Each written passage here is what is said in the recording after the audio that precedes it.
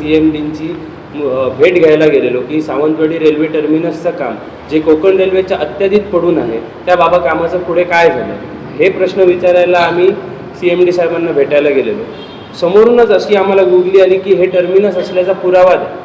मुळात ज्या CMD साहेबांच्या टीमबरोबर आणि ज्या CMD साहेबांबरोबर फोनवर आम्ही 5 महिन्यापूर्वी बेलापूरमध्ये मीटिंग केलेली या टर्मिनस विषयातच, तोच माणूस किंवा तोच CMD हा 5 महिन्यानंतर कोकण रेल्वे प्रवासी संघटना सावंतवाडीला प्रश्न विचारणं चुकीचं आहे की बाबा हे टर्मिनस आहे की नाही. त्यामुळे असाही प्रश्न पडतो की तुमच्याकडे पुरावे द्या. हे आज जे आम्ही तुम्हाला पुरावे देतो हे पुरावे हे आम्ही कोकण रेल्वेला सिद्ध करायला देत नाही, हे आम्ही लोकांना सिद्ध करायला देतो की कोकण रेल्वे कशी प्रवाशांच्या सुखसोयींना किंवा सोयींना घेऊन प्रयत्नशील नाही हे पुरावे आम्ही आज तुमच्यासमोर सिद्ध करतो. सर्वप्रथम म्हणजे सावंतवाडी रेल्वे टर्मिनस हे 2015मध्ये जेव्हा मंजूर झालं तेव्हा एक महामंडळाच्या CMDला 10 कोटीच्या वरती फंड्स अलोकेट करता येत नाही. ते अलोकेशन आम्हाला सावंतवाडी टर्मिनसला 20 कोटी रुपये झालेलं आहे आणि त्याची परमिशन ही महामहिम राष्ट्रपती आदरणीय राष्ट्रपती महोदयांनी तत्कालीन CMDला दिली होती.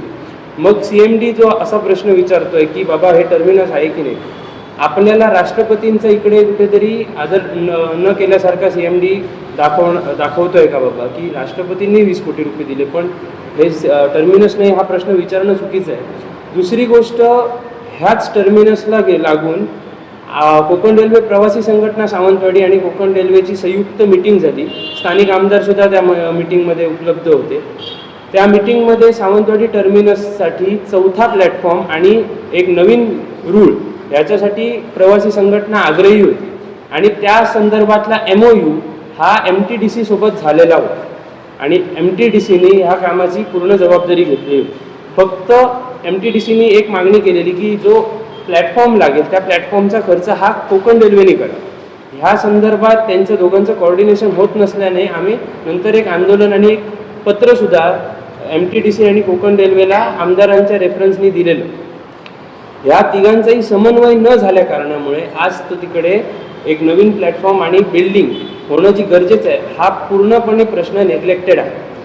आताची जी बिल्डिंग आहे ही बिल्डिंग जीर्ण झाली आणि आताच्या प्रवाशांना ती फारच धोकादायक आहे.